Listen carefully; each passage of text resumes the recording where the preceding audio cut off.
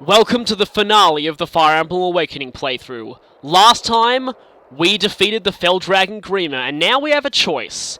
If Krom lands the final blow, Grimra will simply go to sleep for another 1,000 years. 1,000 years in the future, he'll return to terrorize the world again. But if we don't, Grimra will be destroyed forever. However, there will be a price. Someone must be sacrificed. But in this case, the sacrifice is an original fan character, Do Not Steal. I reckon that's more than worth it.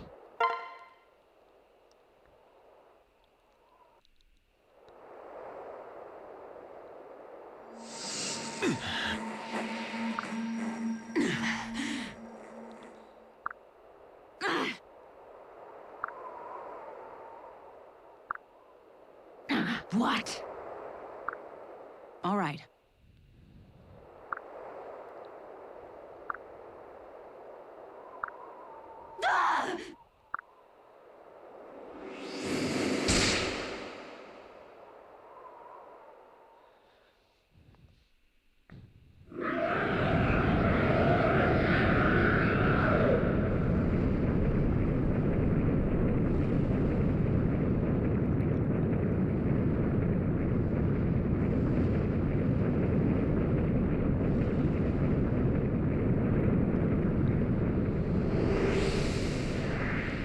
And with that, Grimra is dead forever. He won't terrorize this world ever again. It's over. For good. But we'd actually better get off Grimra's back before he crashes into the ocean. What do you say, guys? Well, we've got a goodbye first. May we meet again in a better life. Fully voice acted, too. Wait!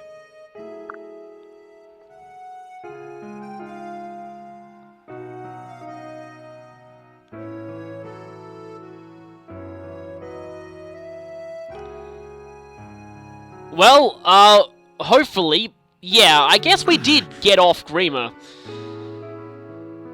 The war has ended for good. There won't be another war like this ever again. Never again will the Fell Dragon trouble our world.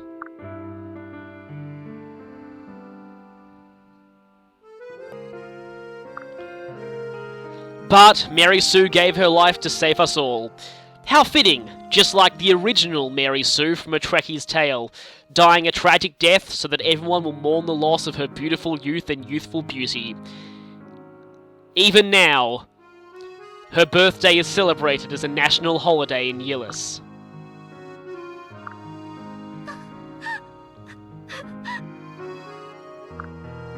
No.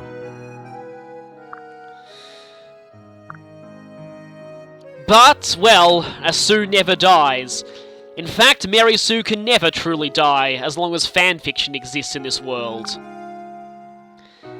Sadly, it's not over. Maru Su is out there somewhere.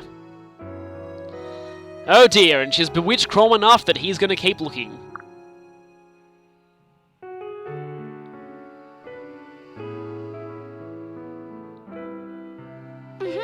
It's a beautiful sunset over Origin Peak. Rare that this place has seen a moment of peace.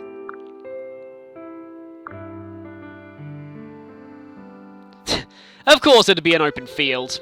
Ah. Well, of course she is.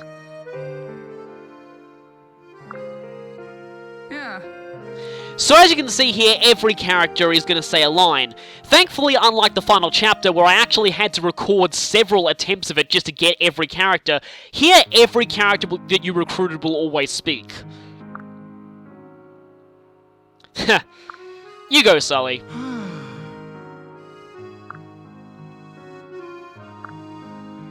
Yeah. Until then, Virion will stay magnificent. Yeah, the Vake knows everything, just don't question how.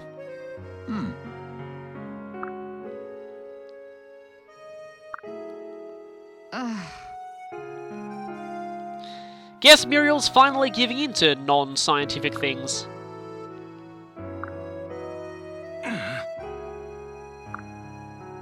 Aw. Kellum's awesome. I hope more people notice him after the war. This is probably more like, I wish she hadn't horribly murdered me, so I wouldn't be dead now, and I would actually be here.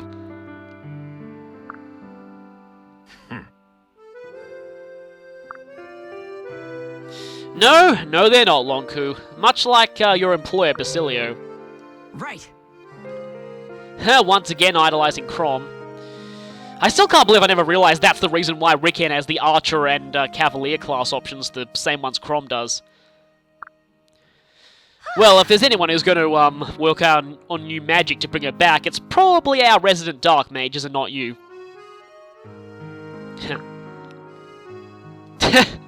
Yeah, normally the only people she makes tea for are her husband and Brady, as much as Brady likes to troll people about it.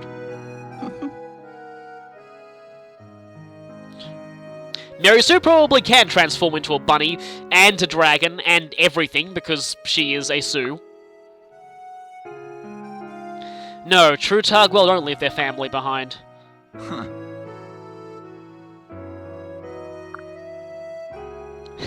And once again, more sweet puns from him. Cordelia's line in this is just so sad. Yeah, that is just... It's even worse if the Avatar's married to her. It's like, so she lost her whole squad, and now she loses her husband. Brilliant! Oh, speaking of which, none of these lines actually change if the Avatar was married to these characters. The only time you'll get any difference between lines for the Avatar's married partner and children is in the other ending, which I'll be showing in a bonus video. You know what? You should go to Basilio and Walhart for that. Again, this is also sad, seeing Tharia's support with Noe and knowing that her parents are dead. Well, thankfully, Noe is able to wait 1,000 years. That's also a reason that a lot of people gave for, if the Avatar is married to one of the Manichetes in the army, it definitely makes sense to actually destroy Grimra for good, because otherwise, just think, the Avatar's descendants will probably live for thousands of years then. In fact, the Avatar's wife would be around thousands of years later, and Grimra would come back and would probably go after them directly.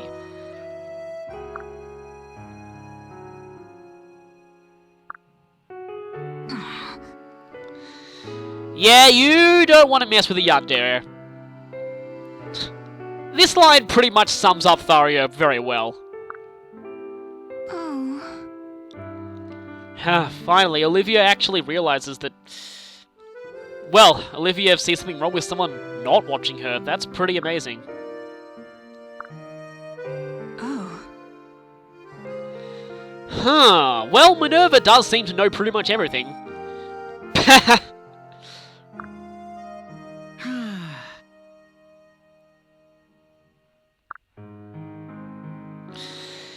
Much like the most of his dialogue, Henry's final chapter quotes, for the most part, were completely rewritten in the English version.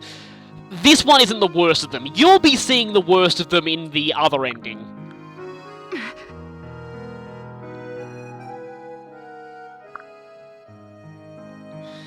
It's kind of annoying that, well, Lucina's the only one of the children who's recruited during the main story, so she gets her line before the other children. Right. Yes, we'll defend this future, even though we won't have to from the Fell Dragon. Then again, this is Fire Emblem. There's probably going to be another evil dragon to terrorize the world someday. Right.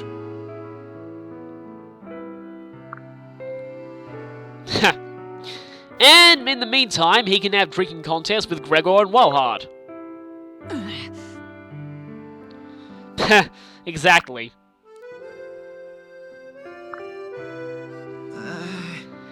This is annoying. I wish Donnie was on earlier, but because he's a parallel character, he's lumped in with all the others and is done last, because it's like, oh, technically they're optional, so let's put them at the end of the list. But yeah, you were able to change thanks to everyone. And he certainly does. I'd love to make him a Dread Fighter after this. Yeah, we've saved several Annas. There was one time when I was grinding for supports that I let one Anna die, but other than that, I saved every single Anna that I encountered. And you're still not giving us discounts, Anna.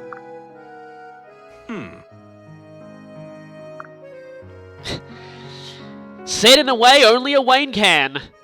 And well, speaking of heroes returning, maybe a Wayne will someday. Speaking of people who might return someday. See, again, Inigo's just so much deeper than you probably think. Well, you kind of expect tears out of Brady. Yeah, he once cried when he was chopping potatoes. Not onions, potatoes. He just felt bad for them.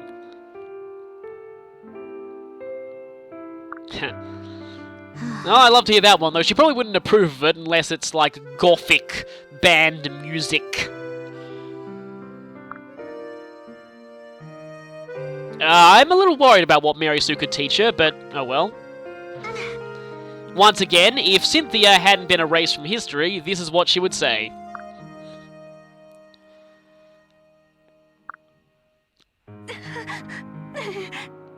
And of course, Severa's all like, Bucka, it's not like I cared about you sacrificing yourself or anything.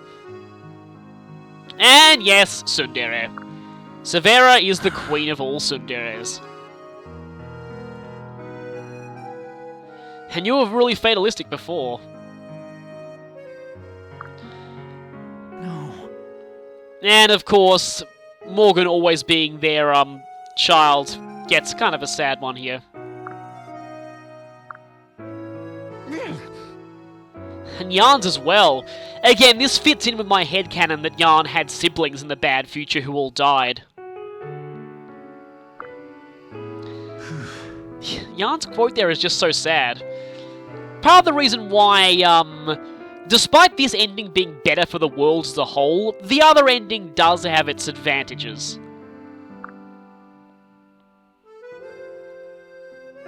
I'm sure Lauren can find something.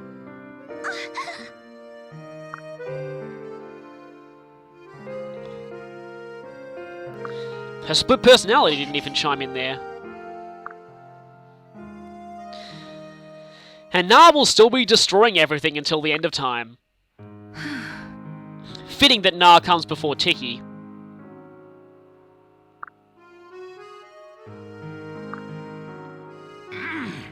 And the Spot Pass characters at last. Gangrels is interesting. This one basically implies that he wanted to die in this battle. But that's a pretty awesome quote.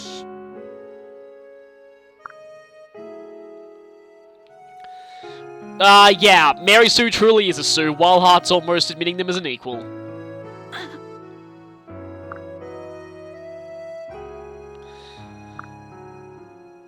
The world still needs you, Emerin, remember that. Yanfei certainly knows about sacrifice. But maybe the life wasn't lived to its end. Yeah, preposterous, seeing as we apparently killed you back when we were in Origin Peak last time. Interesting.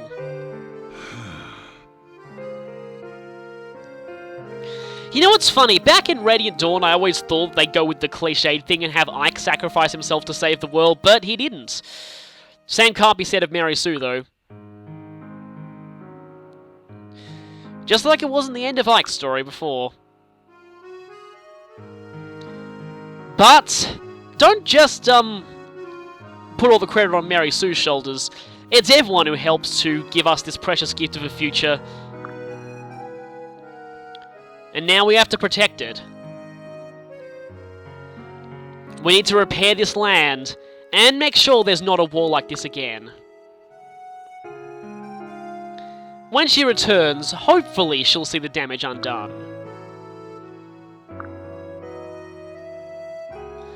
And that I am dreading.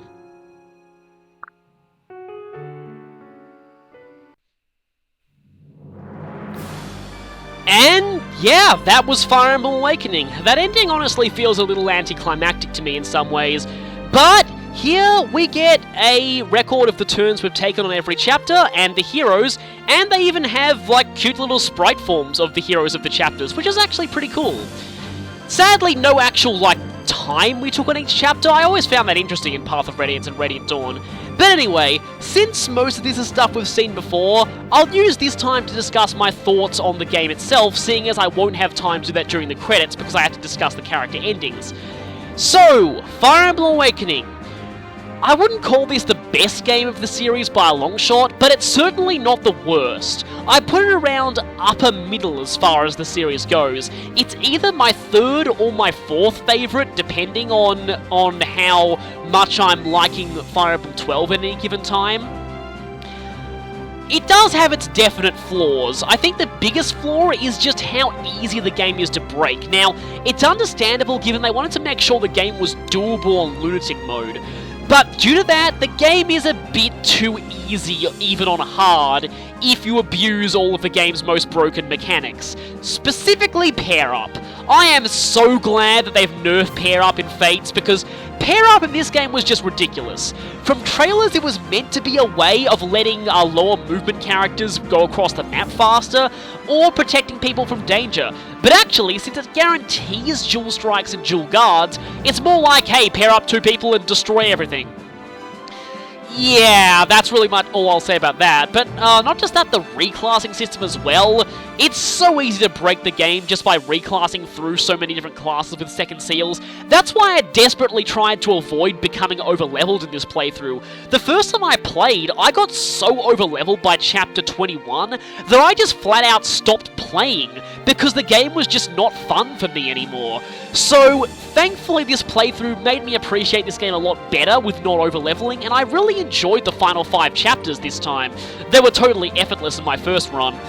The other big flaw of this game is more to do with the story.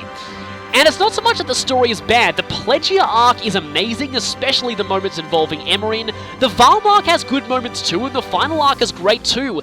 It's the fact that the three of them feel very disjointed and not well integrated with each other. Now again, there are reasons for this. When the developers were told this would probably be their last game, they were like, oh, quick, let's throw in every single plot idea we have because we might not be able to use them all in the end. And so we get a game that's basically 3 loosely connected stories rather than one actually fully well done story. What really suffers from this is the Valm arc, honestly. The Valm arc really feels like nothing more than anime filler, when it really could be so much more. It's like, oh, we just did another war before so that we can not have the big gap. Anyway, yeah, the story is the developers have acknowledged the story of this game as a weak point, and they have tried to fix the story in Fates. From what I hear, though, on the internet, Fates' story is incredibly controversial as well, but I'm not looking at spoilers, so I'll have to find out what I think of that when I get to it. But as for things this game does right, okay, the graphics in 3D are some of the best on the 3DS, honestly, and one thing that I love about this game so much is, say what you will about the actual gameplay of Awakening, that, you know, only using, you know, route and defeat boss and stuff, but the characters... I know that a lot of the characters seem more one-dimensional at first, but if you look at supports, you'll realise there's so much more than that. But what I really like here is the fact that you get to know the characters so well through the sheer number of supports and also voice acting. The introduction of full voice acting in battle is by far one of the best things the series has ever done and should be kept in every future installment. It just gets you so attached to the characters. Their personalities just shine through, and that's also in the fact that every character has their own unique cap modifiers. That is amazing too, and I think that should be kept in every single Fire Emblem game in the future, because that is one of the best additions to the series, I think. I think that overall, Path of Radiance and Radiant Dawn have the most memorable characters to me, but as far as just the way the game makes you feel just the characters' personalities, I really think this is one of the best in the series. I also love the sheer longevity of this game. There is so much to do. 50 standard chapters, basically, and, well, and also DLC. But anyway, now we have... Frederick had 85 battles? Really? Okay. Oh, that was during grinding. Anyway, so we have the character endings here. I'll comment on all these individually, but normally you get Krom's first, were it not for special circumstances with this playthrough. Weirdly enough, these paired endings, and most endings will be paired just by the sounds of this game, are organised by the man's join time rather than the woman's, which feels a bit weird. But anyway, Virion returned home and was labelled a traitor and a coward. But thankfully, Shursh was able to help him. All of his wives do this, most of the paired endings follow a generic formula, but I like the way Shursh does it. Oh, sorry, talked too much then. Vank, 0 to hero, just like that. And Cordelia, the Knight Paragon. So yeah, Vague was from the streets, which didn't really come out in these support conversations that I showed. And yeah, Cordelia tends to make anyone look dull. But Vague and Cordelia are definitely happy together. Now this one is interesting. Most paired endings follow the standard template of wife did this, husband did this. But Stal and Sully are the only pairing in the entire game who have a completely unique paired epilogue, which is really cool. See, like, look at this. This is completely unique. I'm annoyed that many other pairings didn't get this treatment. And of course, Kellum and Tharia. Now, Kellum's paired endings are weird. They're usually just his wife's solo ending with her husband's name has been lost to history tacked on at the end. Tharia's one is a little bit different. It's altered a bit to point out that she's not in love with Maru Su anymore. It doesn't say a jealous obsession, just an unhealthy one. So, I kind of like this one because it's a little unique. This is another paired ending that I really like. Of course, Lissa doesn't have very many battles because she couldn't really attack for most of the game. So, even though Lissa decides to leave Yellowstone and joins her husband, it strengthens the bond between the realms even further, which is great. I don't like Lonku's paired ending with Tharia because it says that she doesn't like the cold Feroxy winters and preferred Plegia. And Rick and Maribel, one of my favourite pairs in this game. Yeah, even though it's a bit of a cliched rescue romance thing, I still love these two together. Maribel always goes on to be a magistrate in all of her endings, even when she marries Krom. Gets a bit interesting if she marries Gaius, because then they have kind of almost a Sly and Carmelita relationship. I love that ending, though.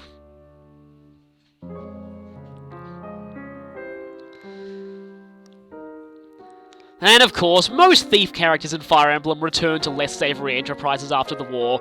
But interestingly, in this case, he's now found the perfect partner. A transforming bunny with night vision. So yeah, Pan and Gaius become a thief duo. Actually sounds pretty cool. I hope they become virtuous thieves, though. Again, like Sly. And in most cases, yeah, this ending mentions that Gregor briefly sinks into a life of excess. This is why you kind of want to have him paired with someone, because his wife always pulls him out of it.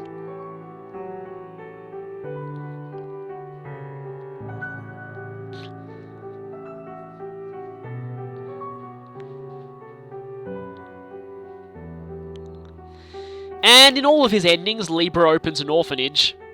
Rapier intellect, and yet of course you can't use rapiers. Libra's paired ending with Tharia in particular is pretty good, but this one's interesting. Yeah, Muriel can be kind of scary sometimes. Of course, everyone considers, why do we have to have this sad theme here? Oh, this one. Now, let me just put this into perspective here. I didn't know about Henry's solo ending when I decided to not pair him. I didn't realise that his solo ending implied he committed suicide. If I did know that, I probably would have paired him with Sumia because I didn't use her either. That's annoying. It's part of the reason why I hate Henry's English characterization, though. They play his suicidal tendencies for comedy, which I just find disgusting. But anyway, yeah, Sairi will always be unpaired unless she's paired with the Avatar. She was occasionally seen visiting her brother Yenfei's grave. Perhaps alongside the alternate version of her brother. That would be really creepy, though, looking at your own grave.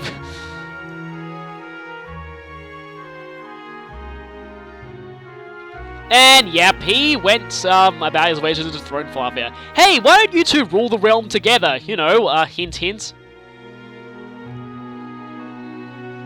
And apparently he wants to wait for Lucinda to grow up. How old is Basilio gonna be by then? Khan Lioness. Yeah, she'll always be a great ruler. I just wish she could marry Basilio.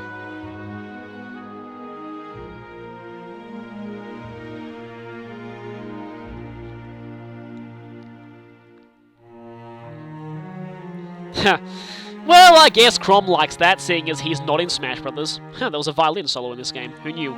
And yeah, so characters get medals based on how many victories they have. I'm pretty sure I know just who is going to have the silver and gold, but Donnie usually gets in the top 3 for me. And I love this paired ending for Noe so much. I like his paired ending with Pan too, but I don't like their supports. But this paired ending is great. Just Noe just seems so happy in Donnie's peasant village.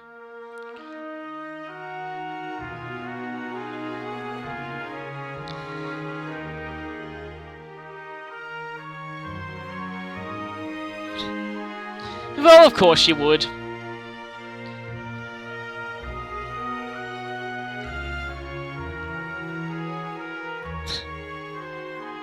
Unless that was one of her sisters. You can never really tell. Of course, she'll always appear in any future Fire Emblem game. Well, one of her sisters will at least. And then Owain sets off on a lengthy quest to stay his sword hand. The idea was actually Shell's, and he was just along while she trained, but she had the grace to let his delusions continue. Maybe he found a portal to another realm while he was off on this journey. Meanwhile, Inigo traveled the world, ever ready with a smile or a solution. Is solution a euphemism for flirting? Probably isn't Inigo's case. But again, yeah, his solo ending doesn't even mention flirting with girls at all. Character depth, people. And yeah, he's one of the second generation characters who is forever alone. With a male Morgan, one of the second generation males will always be forever alone, and with a female Morgan, one of the second generation girls will always be forever alone. The world's scariest violinist. Oh, she's still paranoid of curses, but I know that he can bring her around. And yes, Cynthia was sadly erased from history because Maru Su bloodily murdered her mother. But yeah, there's going to be more people forever alone because I didn't pair Cynthia. Normally, I would pair her with Inigo, so yeah. And as you can see there, Spike Spencer as Excellus. He played Marth in the Fire Emblem OVA, and now he's playing that guy. I really like Lucina's solo ending, though. It's just, I love her solo ending. It's really, really good. And I'm surprised Lucina did not get in the top 3 of battles and wins. But with nothing left to do, the future Lucina settles down near Wyvern Valley. Seems like Lucina never takes over the kingdom in any of her endings. And of course, Morgan and the waifu he sadly exploited for her power. I feel so bad for you, Nah. And yes, this is always stated to be the case with both Morgans. Scholars speculate that he'd come from a different future to the other children. That's the only way that, it, well, kind of makes sense with, if he was the child of a second-generation character. And yeah, I like Yarn's pen in with Na, which I might show off in my other file. But yeah, sadly, he was forever alone due to Gary Stu. But he beat his fears because of lethality and making things go extinct. Still quite a few profiles to go. We haven't even got into the Spot Pass characters yet. And so, the Eludicator. So Lawrence set out on an expedition with his wife, and this line's interesting. She set out in search of treasure, but instead discovered something much, much greater. I wonder what that could be. A portal to the world of fate, perhaps?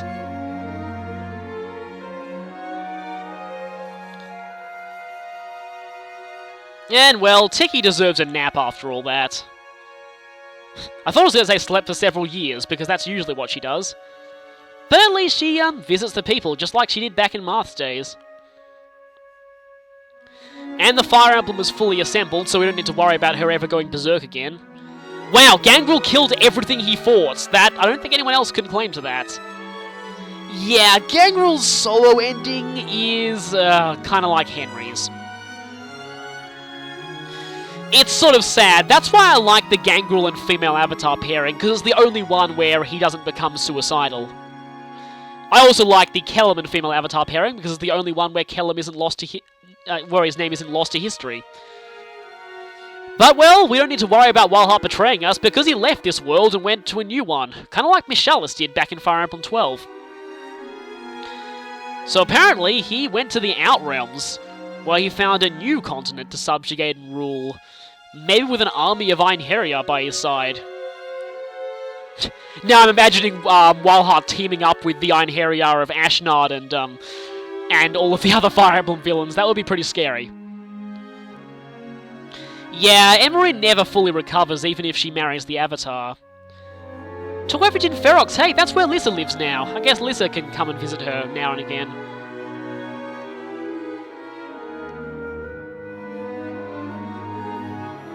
And Yennefer also killed everything he fought. And, of course, you always have to have that one character who it's like, after the war, he vanished never to be seen again. Like 90% of all characters in Fire Emblem 12. But he might have gone back to his Outrealm. Though that's probably a hellish nightmare future. Maybe it won't be for long, though. And I never used Aversa. I'll try and give her some screen time at some point. Having reclaimed the truth, Aversa awakened to her persona, and went into a different game entirely.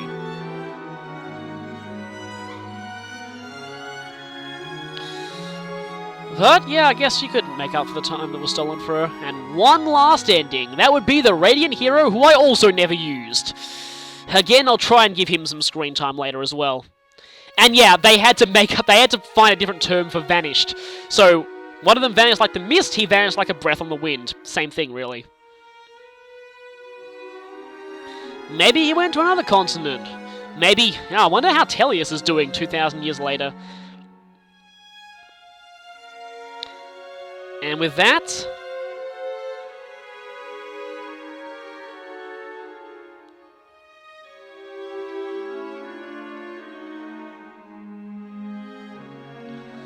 it's the end.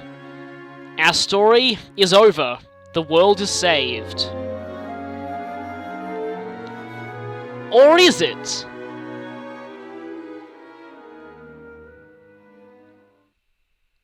Have to do something. What do you propose we do? I don't know.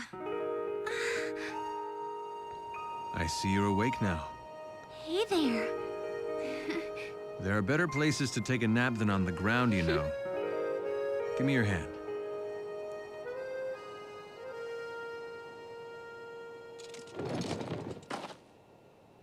Welcome back. It's over now.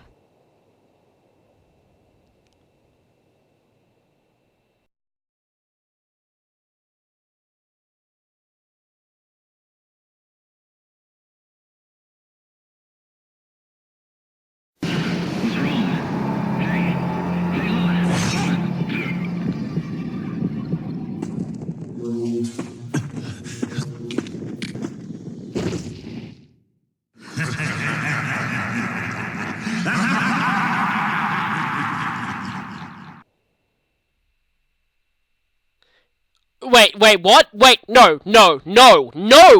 That's not supposed to happen! That's not supposed to happen! What's going on here? What's happening? No! Maru Su, what have you done? You've killed the main character! You've derailed canon forever! No!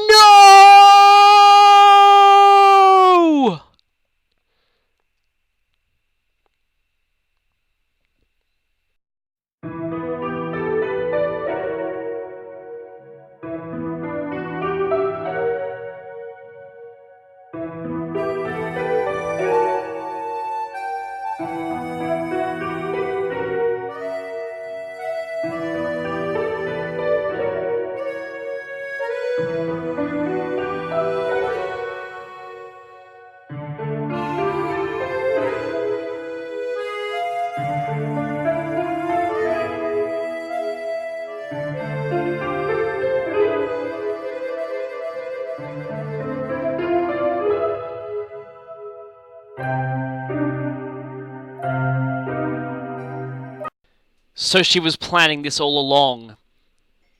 Eliminating her competition so she alone would rule this world and turn it into a twisted world of fanfiction. It's over.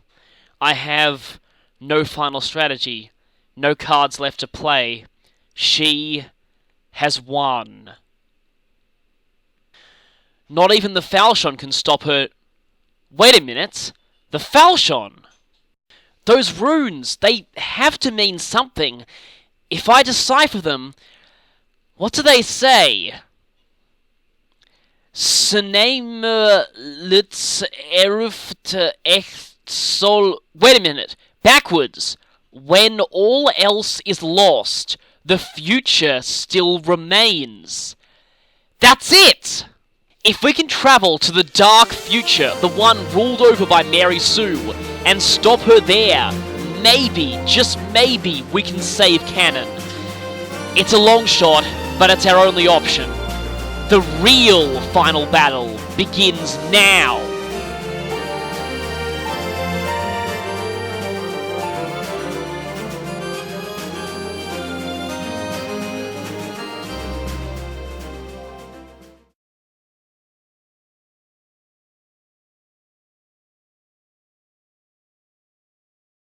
Hello, my name's Kamui. Can I touch your face?